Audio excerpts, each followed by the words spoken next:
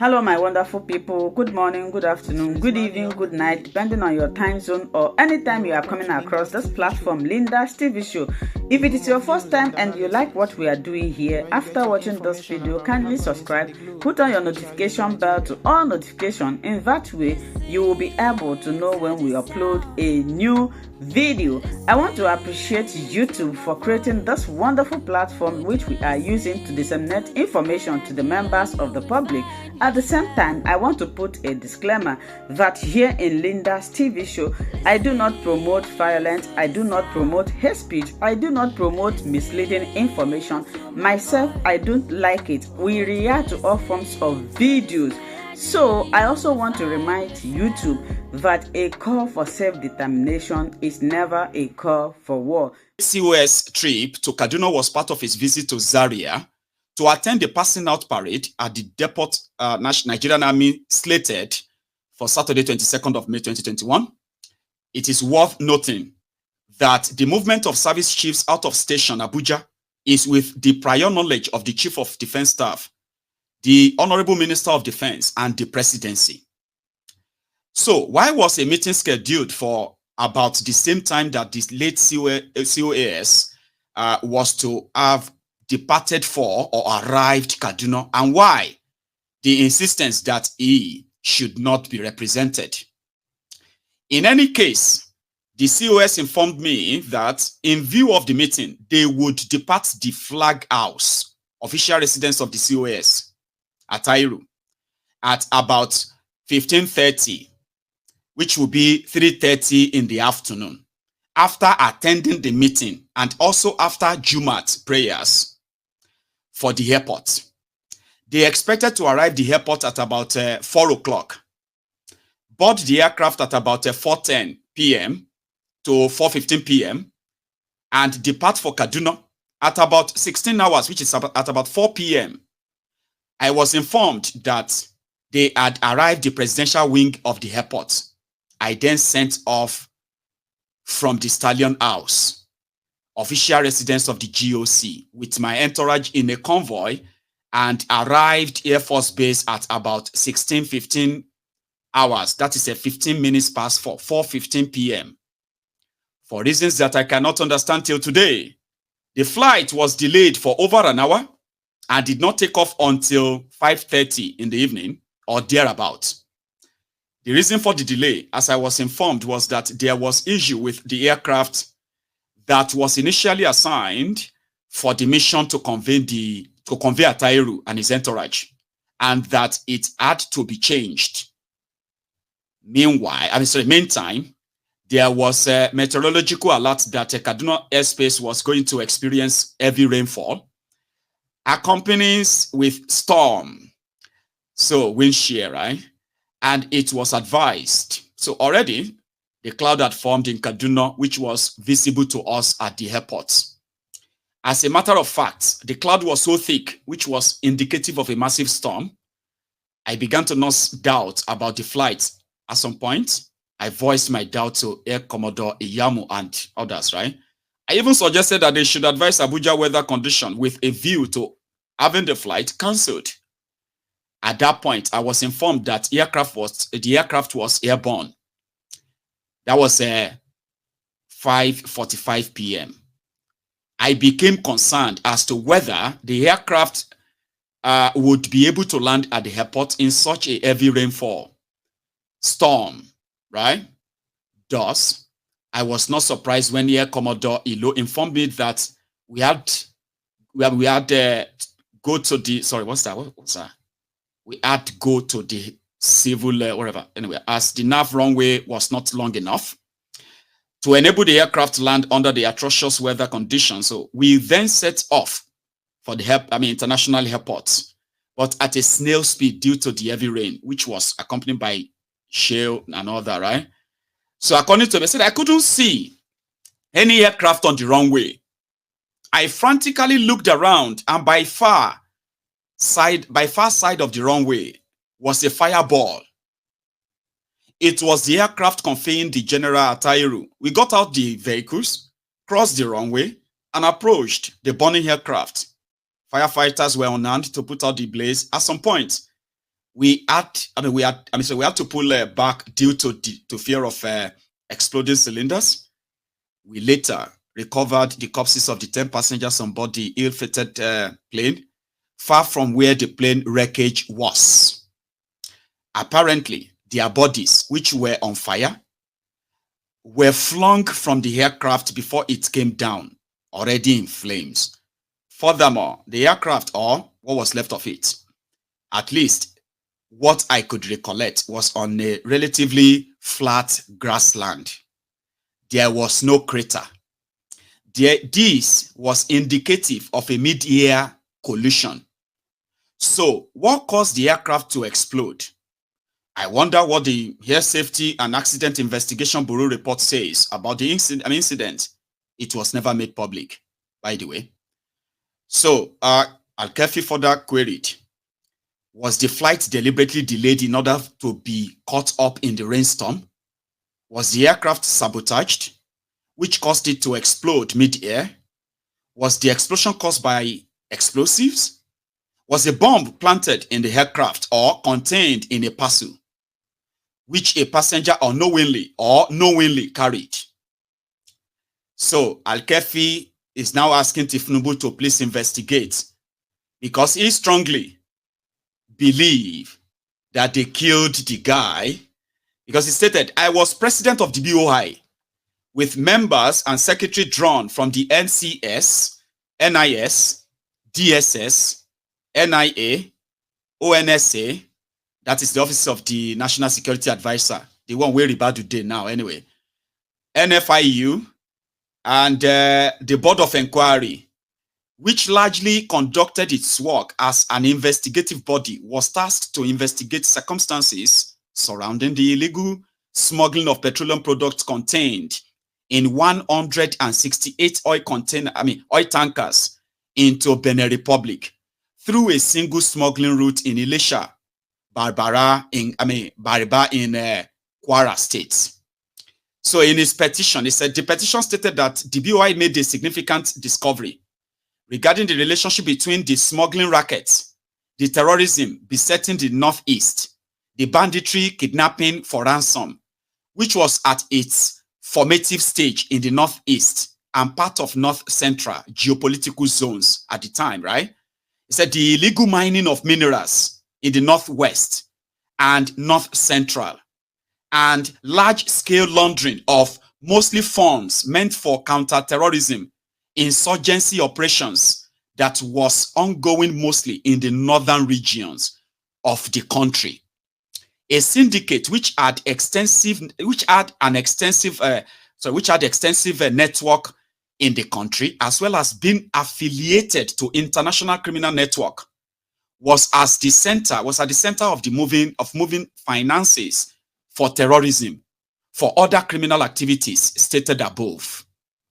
So this guy said it was thus apparent that terrorism and insurgency in the Northeast, Northwest, and North Central were a criminal enterprise and were largely undertaken with profits rather than any ideology as the primary motive.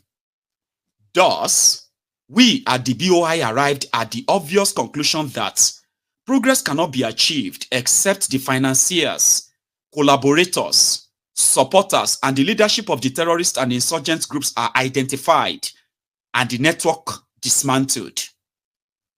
So, I know like that, Sha. So, I'll leave it like that. So, if you want to read them, you too, go check on This Day News.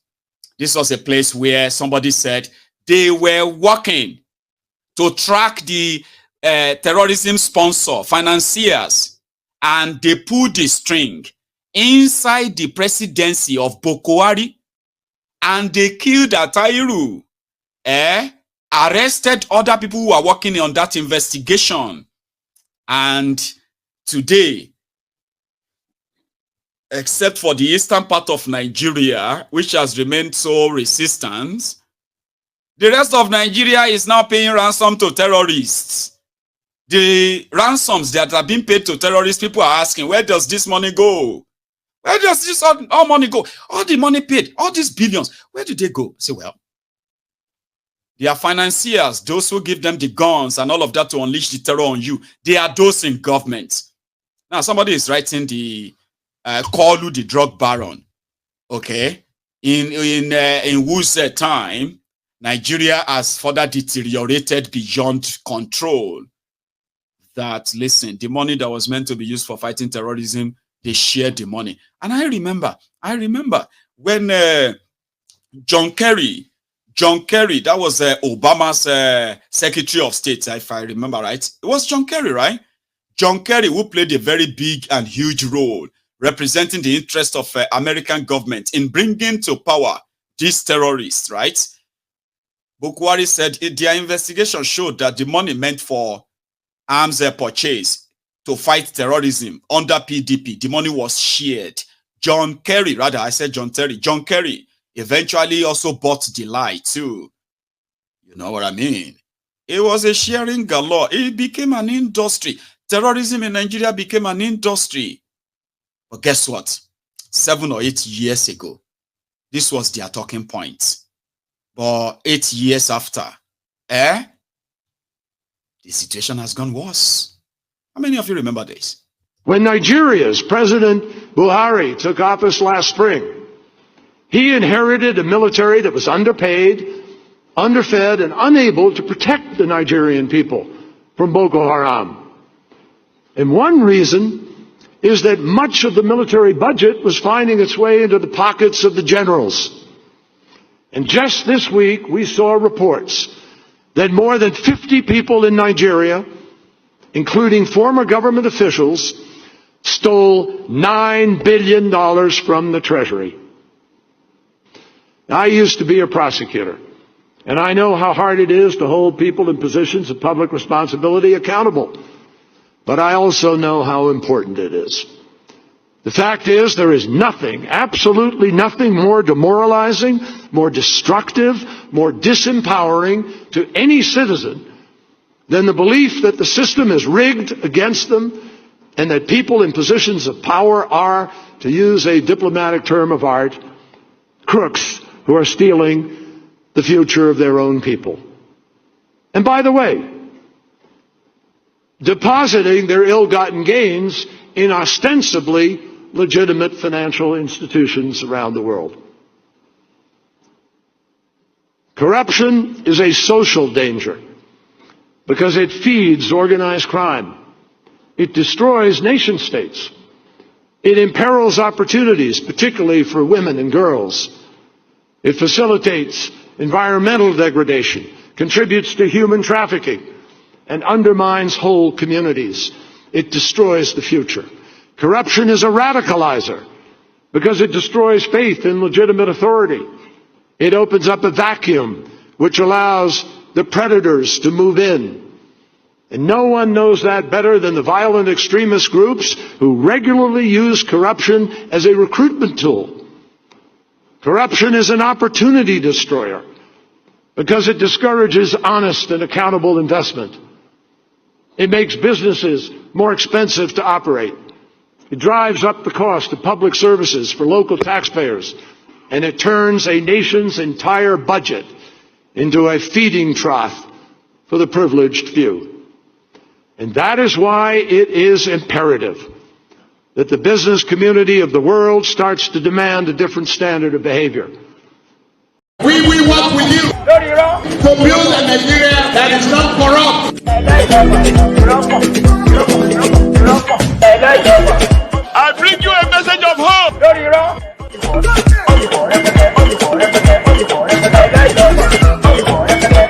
We are going to spend a lot of resources on education. We will work. That's 8 years after that. Not only have they used corruption to destroy Nigeria, their corrupt way has led to the death of so many institutions, of all institutions in Nigeria.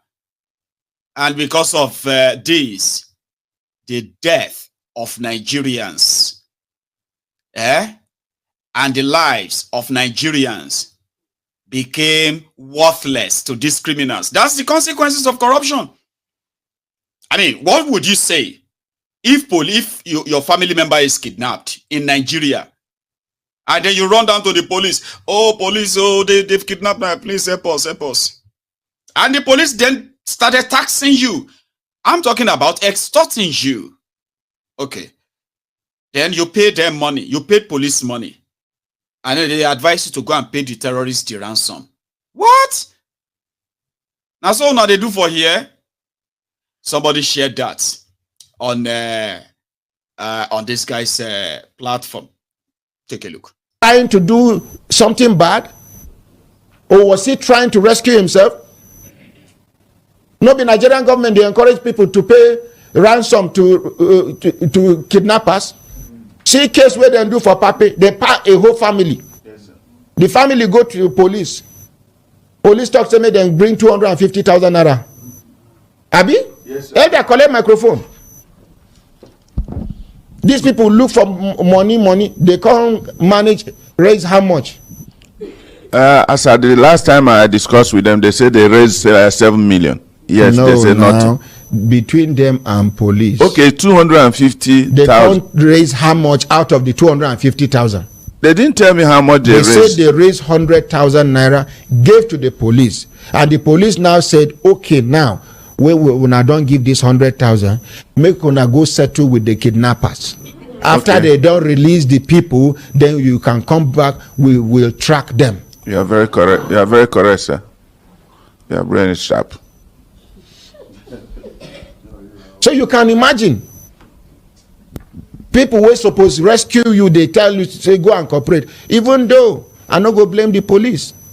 It is for the safety of the people where they kidnap. You don't know who is who. Yes. Madam President, the travel go east one of the days when they go. So that's a Brekete family. I don't know why that just went off my head. That is Nigeria. So think I'm well, okay? Before you beat your chest and say you are a proud Nigerian. Because normal,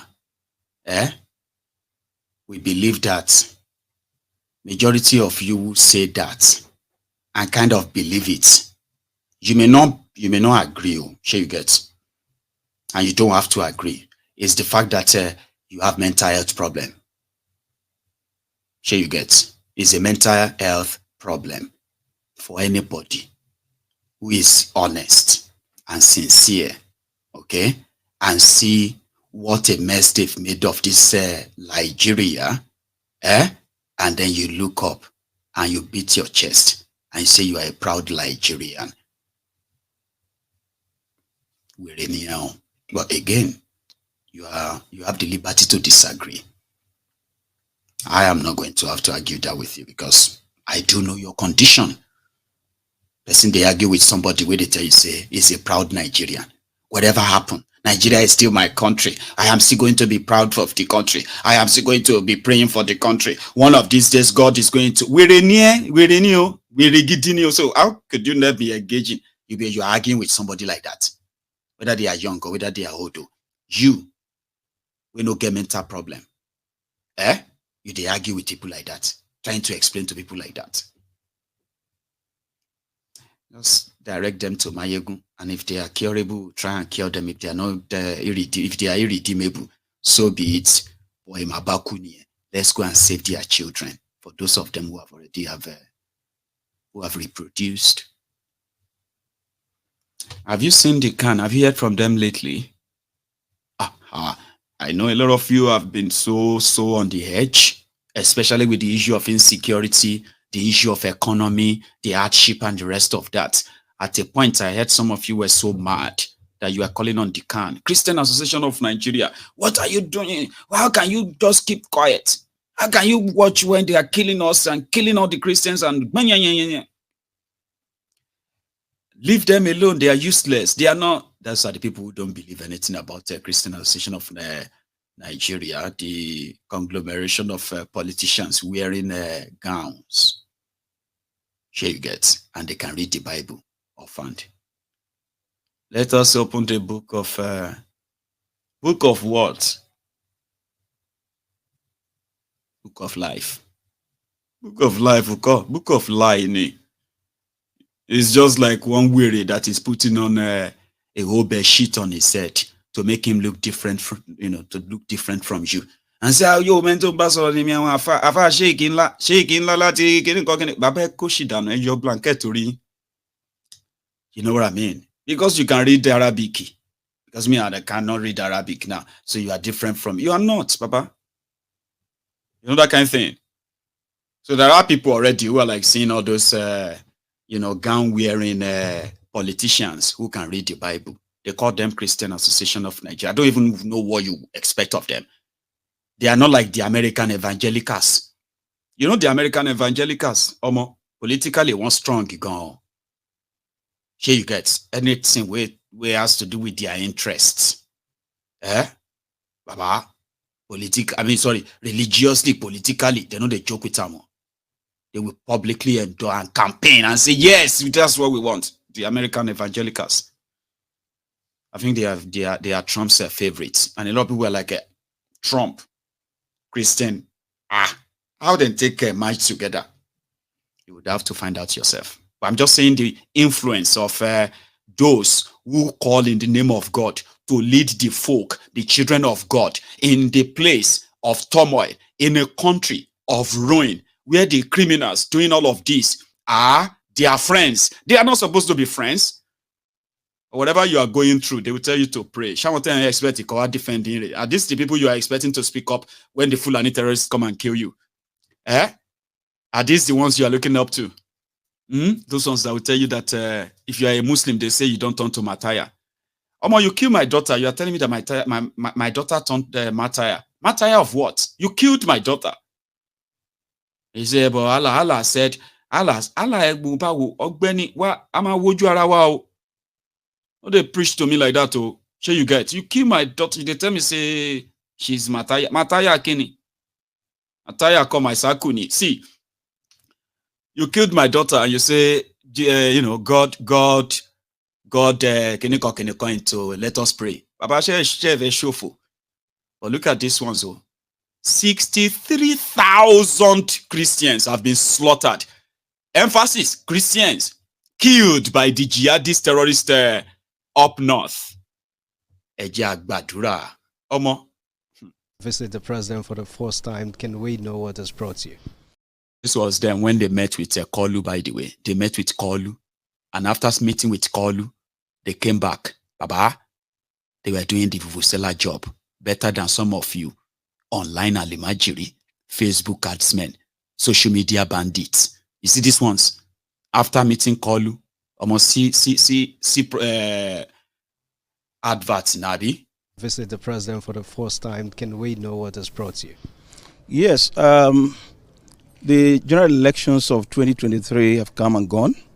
And by the grace of God, we have a sitting president in the person of His Excellency President Bola Ahmed Tinubu, GCFR. And so the leadership of CAN decided to come to pay a courtesy visit, to congratulate him on his election, and to pledge our support for his administration. Yeah. So you must have been following developments in the country for some time now. What do you say of his administration so far? Oh no, sincerely, what we found out is that the president is actually sensitive to all these challenges that we have. He is aware, and we see him making very positive steps even from the beginning of his administration. By the way he has made the appointments so far, he has come with a great sense of inclusiveness, and Nigerians are having a sense of belonging as Nigerians and in this government. And I tell you that his pronouncements so far and his body language has increased the confidence of Nigerians in Nigeria. And we believe that given the chance, he will do a lot more. And we are praying that the Lord will strengthen his hand to be able to do more and turn around the fortunes of this country. We know that there are a lot of challenges, but what we tell our people is that this is just the beginning. of this administration, and Nigeria is big. And what we face now started not just today, started many years back, and it will take a while to turn around these things. But the important thing is that there is an intentional step that the president has taken and is taking to reverse the trend of events, especially in the area of governance. We see it very clearly, and we see the efforts he's making towards securing this nation. So we ask the Nigerians who are watching, and those people who seem to have lost hope, not to lose hope, but to have patience and persevere. Though it is night, we know that a new dawn is just in the horizon. Is there any request or advice for the president? Well, the advice we have for the president is for him to continue on the path that he is now determined to follow. He is determined to run a government that is for all, a government that is all-inclusive, a government that listens to the people, just like he made a pledge to us that he will continue to listen to us. And he has opened the channels for us, that anything that we see or any concern that we have, we should always come back to let him know. So we believe that now we have a listening president, and we urge him to continue on that path and to continue to always look out for those who mean well for this nation. Nuisance Lele. Nuisance Lele. Bologbo nuisance. But is it just me? I felt like he was like somebody with a put gun for his head. Yeah. Talk. But it may just be somebody who is just anxious, kind of like, you know, if it felt like, you know, he was nervous or something like, you know, I don't know. Like, he was lying on camera. Nigerians are comfortable and they are happy with Tifnumbu. His policies, especially since he came in, especially his appointment. Baba Evangelisti. Iyolong. Ha! You enter SH0CK, the asshole Rocky. You entered there, came out, and suddenly, all the dead people, all the, you know, what people are actually facing in the country, which you know, and which is why you are there, you came out of the asshole Rocky, and you turn yourself to Arudaku Ketu.